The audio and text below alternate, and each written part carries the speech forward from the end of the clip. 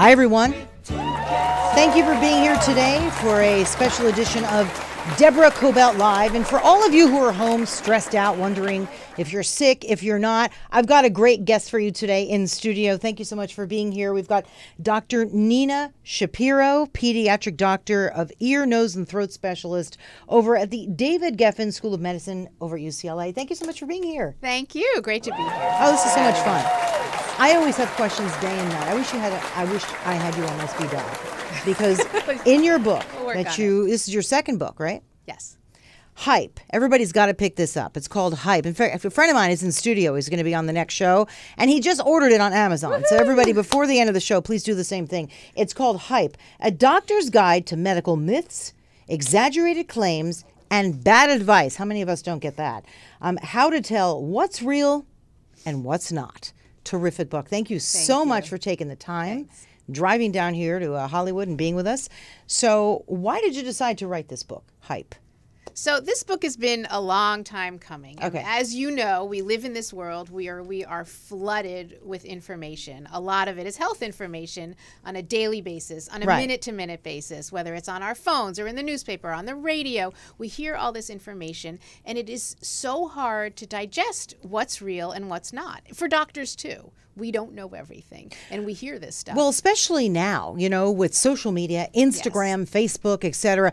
I know so many people who are getting into the business, for example, of like detoxing yourself and all that, eat this to detox. And I'm thinking, does this stuff even work? So let's go through a couple of the myths and what's real and what's hype. Can we do that? Yes. Okay, let me start with a couple that I have. All right, let's start with detoxing.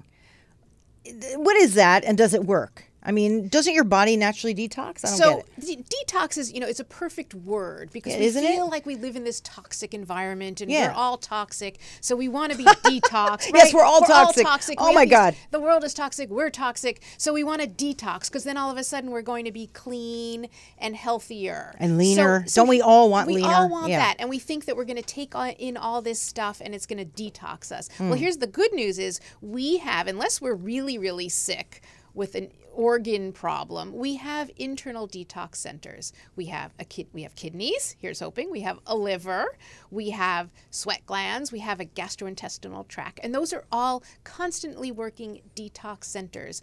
Taking a pill or juice cleanse or any sort of external thing that will make you think that you're getting detoxed, it may make you feel better, and that's all up here, and that counts too, but it's not really going to do anything. All right, well, let me ask you this. What if you're putting junk in your body all day? What if you're eating a bunch of potato chips and processed foods, and perhaps they're saying detox out of that and instead juice? What about the juicing craze? Right, so juicing craze is, what's the name of the book? Hype. The juicing craze is hype, and it's fine to do, because it's going to make you think that you're feeling better, and that actually counts. The placebo effect is real. But if you eat a lot of potato chips or eat a lot of junk food and think that a juice cleanse is going to get rid of that, actually it's simpler. Just don't eat them for a few days and they're gone. Okay, water. We talked about that a little bit.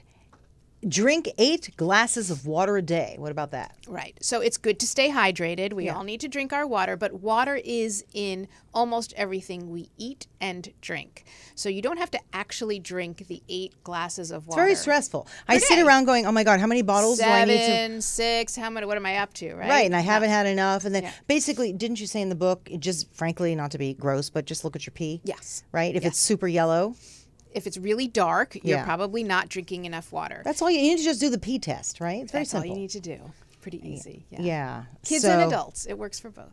Yeah. So don't worry, don't stress out. You don't need like 5 bottles with you a day, right, in your backpack. Just do you just drink water when it feels right? I mean, how do you gauge this stuff? The only times you really want to stay ahead of it is if you're doing a lot of sports and you're an athlete. You don't want to wait until you're thirsty, because then you are already dehydrated. If you're especially this time of year, it's really hot.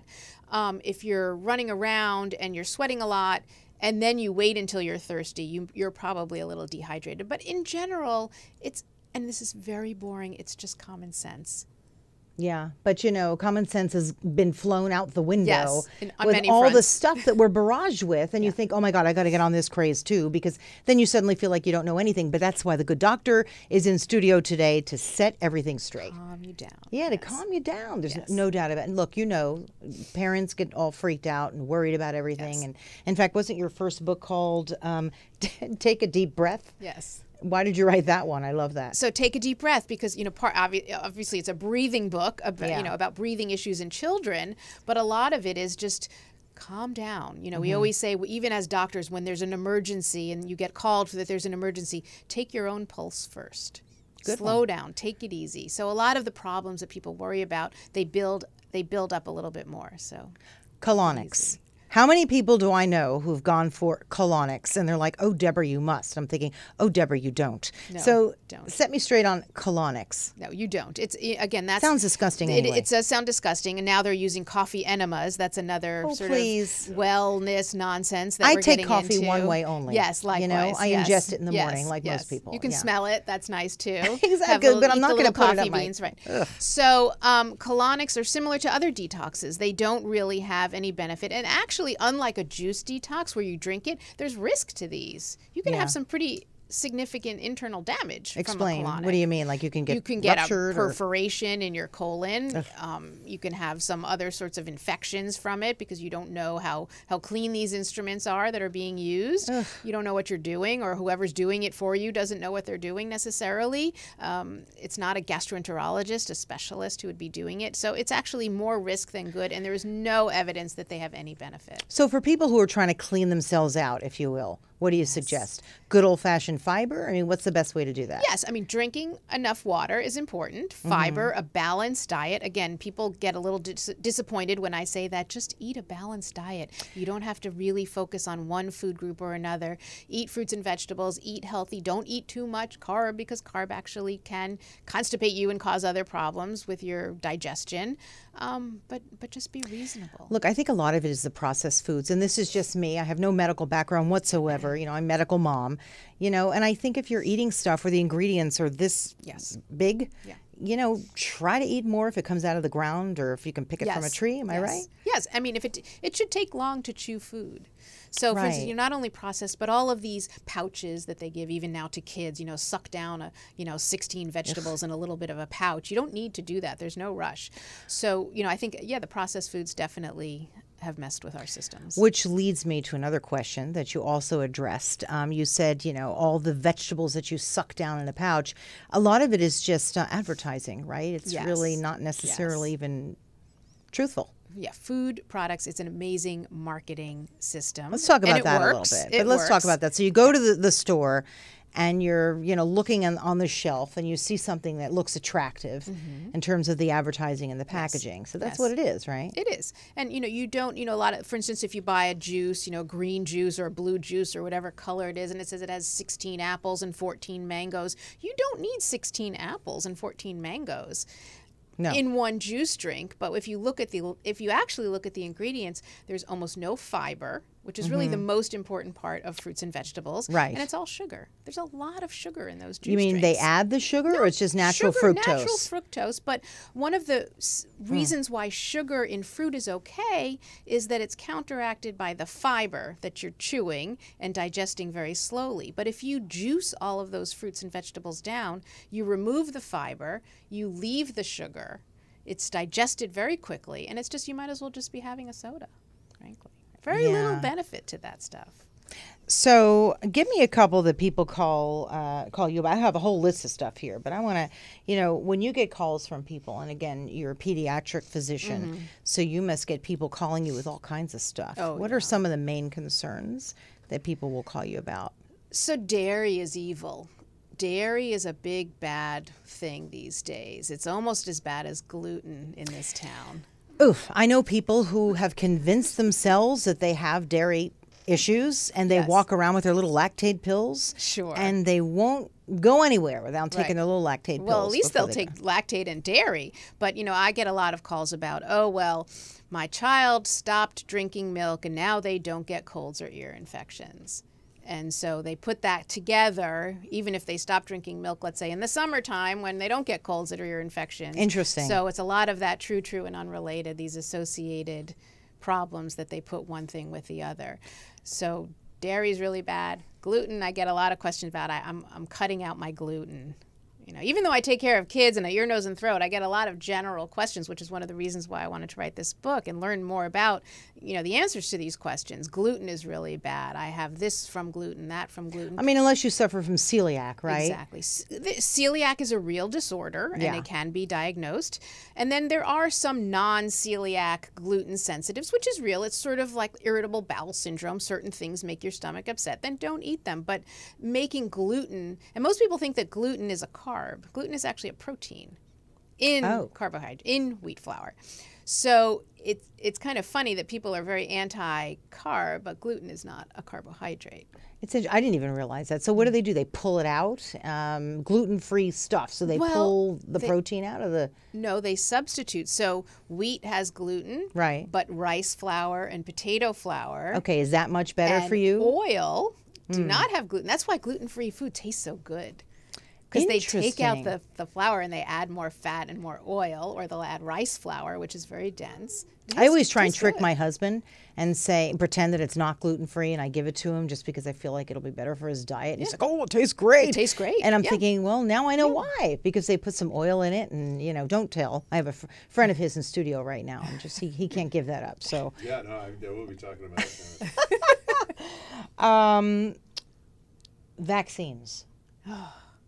Yes. But that's been a big one. A lot of people have gotten behind that. Yes. Vaccines and what that can or cannot cause. Right. Thoughts on it? Right. So you're a big proponent. Big proponent of vaccines, and probably on the smaller scale, although very significant, is I only get the flu when I get the flu shot. So I don't want the flu shot. So a lot of people think that the flu shot causes the flu. Well, you can get it from the flu shot. You cannot get the flu from the flu shot. You can get. Do you hear that? Say it again. You cannot get the flu from the flu shot. You can get sick after you have the flu shot because you're getting it during flu season. It takes a couple of weeks, sometimes 2 to 3 weeks, for the flu shot to actually become effective. Right, and then in the meantime, you've been exposed to the virus. And you get sick. And bingo, and then you go and blame your little flu shot that you got. Flu shot, yeah. I live with the flu shot. Once I got the flu so badly, 3 times in one winter, and then ended up with walking pneumonia, and I'm like, that's it. Yeah. And ever since I've gotten the flu shot, I've never had the flu. So I attribute it to the flu shot. It's been very good to me. It's very helpful. It's nothing, most vaccines are very, very effective. Almost no vaccine is 100% effective, which is why everyone needs to be immunized to protect the very few people who cannot get immunized. And by that, I mean sick people with weakened immune systems who are on chemotherapy, whether it's children or adults. So getting vaccines, getting all of your vaccines, actually protects the whole population in which we live. Here's a good one. You run out the door. My mother used to do this to me. You run out the door in the cold weather with your hair wet. Can you get sick from that? Oh, you'll catch a cold, right? You'll catch pneumonia. So that's not true.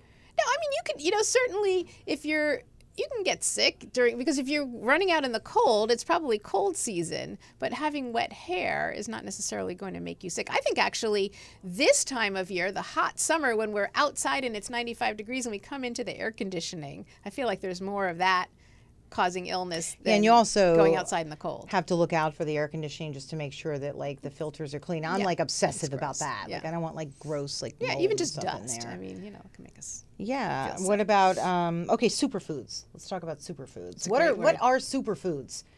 There aren't any. Superfoods are a great marketing term. Yeah, they're blueberries. They're the stuff that your grandmother would prepare and have in the yard, right? Exactly. So what I think about superfoods is that nowadays, the harder it is to pronounce, and the more expensive it is, the better it is for you. So acai, because we all say acai, right? A-C-A-I. We all say acai or acai. Oh, an acai berry. Acai is really how it's pronounced. Oh, I didn't even know that. I'm like, oh gosh, what is that? Fancier than a blueberry.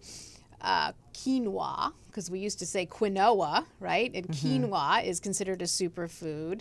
And, all these other fancy goji berries that they talk about, they're all good for you. They all have vitamins. They all have this buzzword antioxidant, which is really just a buzzword for something that blocks these free radicals so you won't get cancer. But there is no food that will treat, prevent, or cure cancer. Look, doctor, bottom line is eat the way your grandmother ate, right? I mean, they pretty much ate their foods naturally, Yes. right? I mean, they Yes. got their meats. I remember my grandmother butcher, would walk right? down to the butcher, Yep. because we're both from back east, where there are butchers at every corner. And we would walk down together and we would even go to the little fresh markets and get our food that way. And okay, let's talk about that. Organic. I mean, obviously it's better than being sprayed with pesticides, but But the thing is, a lot of people will say, well, if you go to the grocery store and if you're on a budget and you can't afford organic fruits and vegetables and you don't want to get conventional because that sounds so horrible, you'll just forego it altogether and get the packaged stuff. Yeah. So conventionally grown, for the most part, is fine and safe. And large studies have shown that there's no increased risk for any sort of health damage. The pesticide level is so incredibly low, especially in the fruits and vegetables. and with especially peels. now because we're so aware of it, Yes, right? yes, Yeah. and they have really been careful about that, and it really gets the conventionally grown, I think, gets more of a bad rap than the organic gets a good rap, and I think that again, especially if they have a thick peel, there's negligible amount of pesticide. Genetic testing. Should you go and get yourself genetically tested, such as a lot of people, I've known many people who got themselves genetically tested for the breast cancer gene. Right. And then, look, Angelina Jolie did that, and then she removed her breasts, and I always believe it's a personal decision. Absolutely. I have a friend who did that, and ever since she did it, she's been unhappy, that she decided to do it, and she wished that she never even got the test in the first place. Do you advise that people get it or no? I think that, it is a very personal decision. Right. And I think it is something that needs to be dealt with your physician, because it's not just whether you carry the gene, it's what other risk factors do you have for breast cancer? Do you have a very strong family history or not? Do you have a personal high risk of a cancer? And then even with that, it's a very personal decision. Yeah, my mom had breast cancer, and I have no interest in going to see if I carry that gene, because if I were to guess, this is not backed by any medicine whatsoever, I would think maybe I'd have the gene. I don't want to know, and I'll just go every year to get my test, right? Right. And but that's my decision. And that's your decision. And there's no right or wrong. I think the genetic testing becomes very slippery when people get these, and you can buy these test kits online, and you get all of this information, and then what do you do with that information? Your genetics is not everything. You have your environment, you have your lifestyle, you have your routine follow-up visits, hopefully with your doctor, or mammograms, or whatever sort of testing you would need. That's much more important than what it says on your gene testing. Now, this is something I didn't know until I read the book. Sugar. Too much sugar can promote or stimulate cancer cells? I didn't even know about this one. Is that a fear? This is some people think that because there have been studies that show in little petri dishes that cancer cells, actually all cells, grow with sugar. That if you cut out sugar from your diet, you will prevent cancer or you will cure your cancer. And that is completely false. Completely false. But people sort of jump the gun. Something was done in a lab. It says that sugar feeds cancer cells. Oh, well, I have this cancer. I'm going to treat it by having a no-sugar diet. Complete nonsense. I ran into someone today on the street, in fact, and she looked great. I said, wow, you look great. She's like, yeah, I cut out sugar. And I thought, sugar is in everything. How do you go? I could see carbs. It's a little easier. It's like stay away from crackers and bread. But how do you stay away from sugar? Isn't it everywhere? Or sugar's in carrots. Everything this is has what sugar. I mean. It's in pretty much everything. Well, she probably meant, hopefully she meant refined sugar, which usually is carb-laden foods, cookies, cakes, crackers, things like that. Yeah. But, to cut out fruits completely because there's sugar in fruit, I don't think is such a good thing. Okay, there was something that I found kind of comical in the book, so hang on a minute. In the meantime, tell me a little bit more. When you get calls in the middle of the night, are people panicked about what? Is there anything?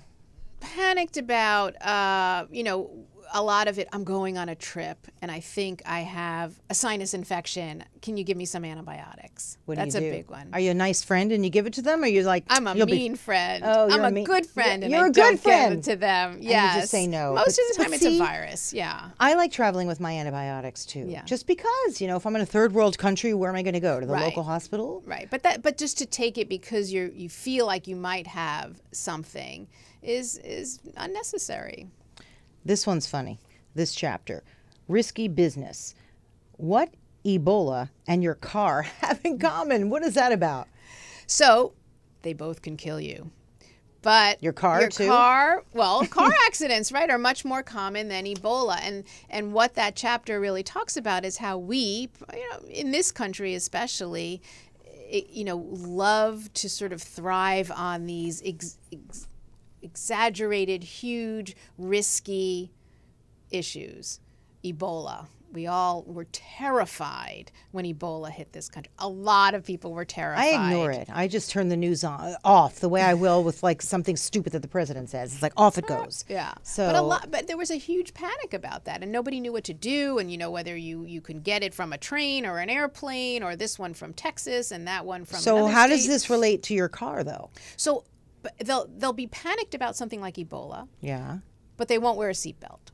Oh, I got you. Or they're text and drive, or they're on their phone while they're Oh my God, driving, that's or a big one. distracted driving. I or will still tell you. drinking and driving. Yeah, that kills Right, me. terrible. Drinking and driving. In the age of Uber, there's no reason to ever drink and Absolutely drive. not, right. The texting, boy, you really have to have a lot of self-discipline, right? Because you're driving, maybe stopped at a light with 5 people in front of Yes, you, and you you're hear ding, and you think, uh-oh, do I have time to look down? But if there's somebody in the car, I won't, because I don't want them to think Right. I'm a bad driver. I mean, I have all these little rules. Right. You shouldn't do it. So you shouldn't. And Please. we all have done it. It's, it is sort of the new drunk driving is texting Right? with driving. It's very dangerous. It's you don't realize how distracted you are because you think it's just second nature. We're all good at texting. One little thing, one little yes or no question, one little emoji. But, that causes major accidents every day. How to age gracefully. Do you mind going over that one? Because everyone watching this is going to go, oh, yep. That's what I want to know. I'm on it. Right, yeah. How do you age gracefully? I mean, I don't know. Exercise, eat well. I mean, try no injections if possible. Well, I mean, again, all of the injections and the creams and all that stuff. Well, it makes you feel better. You look younger. That's fine.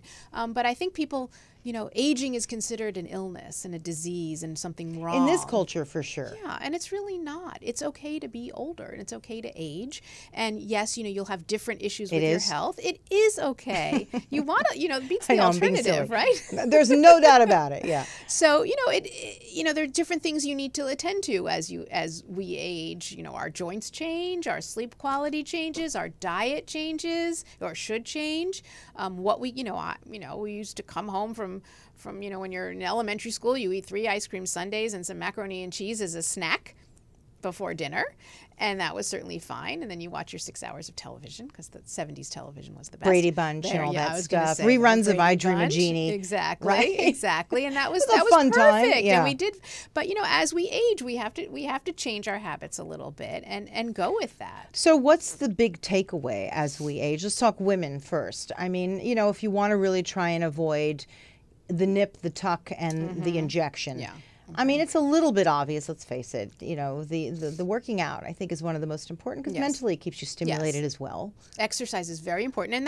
And what you're able to do and what you're comfortable doing as you age exercise-wise may also change. Not necessarily that you do less, but you may need to change your exercise habits a little bit or add something. Yeah, I mean, the older I got, I did too much. And then, as you know, just a day ago, I had surgery. I'm sitting here with a knee that's wrapped up like this because I overdid it. Right. So you also have to do it within reason. You know, and that even goes for young athletes. For instance, now we're seeing all these, middle school and high school kids with joint injuries, overuse injuries, fractures, things like that. But I think as we age, we need to think about, listen to our body. I know it's kind of trite, but listen to our bodies. Do we need more sleep? Do we need less sleep? What in our diet needs to be changed a little bit as we get older? What needs to be changed? Like, what do we? Obviously, you should consume less. Usually, it's just quantity. That's hard to do. It is hard to do because if you've gone your whole and you're life, hungry. You're hungry, right? Yeah. And you want a certain amount, and then all of a sudden you're down to this little portion. It's like, hey, wait a minute. but yeah, you But gotta our do it. metabolism changes, it slows down, or, sometimes if we exercise, it could speed up a little bit. But, we do need to change our lifestyles a little bit. So it slows down because you're getting older, or it slows down because you tend to be less active? That's our guest for our next show, Flint Oh, Dilly. sorry. Yeah, I just broke in. But you said it was okay if I did. I did say it was okay. I love when people break into my conversation. It's because it's not necessarily that we're less active. It actually is an intrinsic thing that your metabolism changes. A lot of it is hormonal. Men and women, their hormones change a little bit. So we need to get slow to down this. a little bit. Men's hormones change too. Absolutely. I mean, that's Yes. got to be one of those myths. I'm telling you, like the Menopause. Let's talk about menopause, please. Yes. What is menopause? Because a guy is changing. I mean, let's look at a guy's stomach, right? He's probably a flat, nice washboard when he was in his 20s and 30s, and all of a sudden it's out to here. A lot of that's hormonal, right? So Exactly, yes. hormonally, they're going through stuff. Testosterone levels drop appropriately. Right, mentally and physically, they're going through Yes. stuff the same way that a woman is, correct? Yes, and they're Probably worse. I'm just saying. because they're it's not as noticeable and it's not as talked about. I think that men's hormones change. I think you're right. Women's. I think we need to start that dialogue about men's hormones changing in addition to women's hormones, don't you think? And unfortunately, men, you can buy testosterone online and supplement and become sort of super T, which is, has its risks, certainly. Yeah, like the kind of stuff Arnold's been taking, right? Is that the same as steroids? Steroids are steroids, but testosterone is another type. Yeah, so steroids you can take, men or women can take steroids, and What would the purpose of that be as you're getting older, a steroid? there isn't real, for a medical standpoint, unless you have a low steroid level or if you have, a deficiency, Addison's disease, which is a deficiency in steroids. Otherwise, it's dangerous to take, actually. What about a multivitamin? And what about women to take calcium and vitamin D? What about that? So multivitamin is really, and we talked about this, Yeah. I take multivitamins. There is no evidence that they do anything. I love my Chewies. They're really good. I mean, I are eat too really many of good. them, Different honestly. flavors, yeah. Fantastic. So it's it's really hard to overdose on vitamins. So go ahead, chew them up. I do. But they're not necessarily. They don't make us healthier unless we have a deficiency in the issue. And one of the big ones have been vitamin D and calcium in women, and women are statistically more deficient in vitamin D, and we're recognizing that further. A lot of the studies have shown that supplementing actually does not give you any benefits, and the main benefits would be fewer fractures, right? Calcium and vitamin D protect your bones. So that is, just like getting genetic testing, that's also a very individualized issue. It's not like every woman should take vitamin D and calcium. That's something that you need to discuss. What about, all the recent medicines for folks who are diagnosed with an ADD or depression and all that? What are your thoughts on those kinds of medicines? I've always said to my kids, go for a walk, drink water, and eat a banana. And they're like, oh, God. But is there a little bit of truth to that? Or should you be popping pills if you feel like you're having a bad day or you were diagnosed with ADD, which probably most people have anyway in some form? So having a bad day, being sad, does not mean that you're depressed. So depression is a real disorder, real diagnosis. And if you are suffering from depression, combination of medication and talk therapy are really helpful and important they are and life-saving. advised. Okay. And the same thing goes with ADHD or ADD. If you're, I can't pay attention, that doesn't mean you have attention deficit disorder. You may just be bored or have some other issues going on. Maybe you're not getting enough sleep. Maybe you didn't have breakfast, you didn't have your coffee, which is a stimulant, by the way, so that counts. But, if you have truly diagnosed, and there are very specific criteria for diagnosing ADHD, ADD in kids and adults, and it's real. And those medicines, they are, you have to be careful. It is a slippery slope, but they are also life-saving for a lot of kids that, they can't function in school, and then Or is they it more can. school? I often think, how do we fit into that one-room school box? Exactly, yeah. It's one room, if you think about it, and everybody has to sit still, boys and girls, regardless of one's personality type. I often wonder maybe they should reorient how we go to school. Instead of sitting there for 8 hours and you're expected to sit there and be great at everything from biology to art class. And the range in behavior. If we all know that kid or those several kids when we were growing up, that kid that was running around the classroom, and now they own a big company, and they So couldn't true. listen to the teacher. They were bored as can be. They were smarter than all of us. And nowadays they probably would be. It's true. They were told to sit down, shut up, get a book from the back of the room, no and just talking be back. quiet. Yeah. Yeah, I mean, I was one who was a little jumpy in school, so my mom threw me in ice skating, and then it worked out for me because I ended up, figure skater. But, it's always a silver lining. Yeah. So basically, the big takeaway from hype, what is real and what is not? So it's my point in writing the book, Yeah. and what I want people to sort of take away when they read the book is that you can't always take things at face value. If you hear something, if you see something that sounds too good to be true, it probably is too good to be true. And learn a little bit. I think people don't give themselves enough credit. They say, oh, well, the doctor said that, or it says it on the package, or I heard it, or I read it in the newspaper, I saw it on a tweet. That doesn't, you are able to figure it out a little bit more and look a little bit deeper. Yeah. Yeah. That's what I mean. And I especially in this book, because you sort of, you break down a lot of the medical myths. And I told you, I have to give a shout out to Dr. Bert Mandelbaum. He did my knee surgery the other day. And this book, Hype, was sitting on his desk. When I told him I was going to be interviewing you, yeah, he said, oh, go look on my desk. It's right there. That's great. So Thank you. This is the go-to book for regular folks like myself who worry about everything, and doctors as well. I really appreciate you coming in here. Thank you. Anything else you'd like to fun. add before we leave, or anybody else worried about something? Vitamin C, since we're getting into the cold season. Take it or not? Take it or leave it. Take it or leave it. Look, placebo effect, right? If it makes you real. feel better, take it. Exactly. And if it doesn't, as long as you're not hurting yourself with a colon enema or whatever that's called. yeah, the coffee colonics. enemas. I mean, come on. Look, if you're gonna, here's the big takeaway. If you want your coffee, don't do it in a colonic. Have it in the morning and drink it. Ingest it. Okay, very good. I've really enjoyed having you on. Thank you. It was And fun. I've got your cell phone, so I'm going to put you on speed Call me. dial. If I ever worry this year, wait a minute, now what do I do? My phone is buzzing. Stop. Yeah. Thank you so much. And anyone, how can they get in touch with you? Clearly, you can order this book, Hype, on Amazon. Amazon, Barnes & Noble. My website, drninashapiro.com, has more information, blogs, videos, information about the book. So, yeah. Thank you for everywhere. being here so much. I really, really, really enjoyed. Thank you. Love the read. It was a fun. quick read, too. So thank you. Thank you very much for Thanks. sending that over. And we will see you next time. Next up, my next guest is Dr. Oh, listen to me. He's not a doctor. No, He's a doctor. Okay, wait. no, He's a I'm doctor being- of video games, Honorary okay? Yeah, I have nothing. Honorary doctor of video games, Flint Dilley. Right, Exactly. Our next show. Anyway, oh my gosh, I'm tongue-tied. We'll see you next show. Thanks for being here for Deborah Kobylt Live. Bye-bye.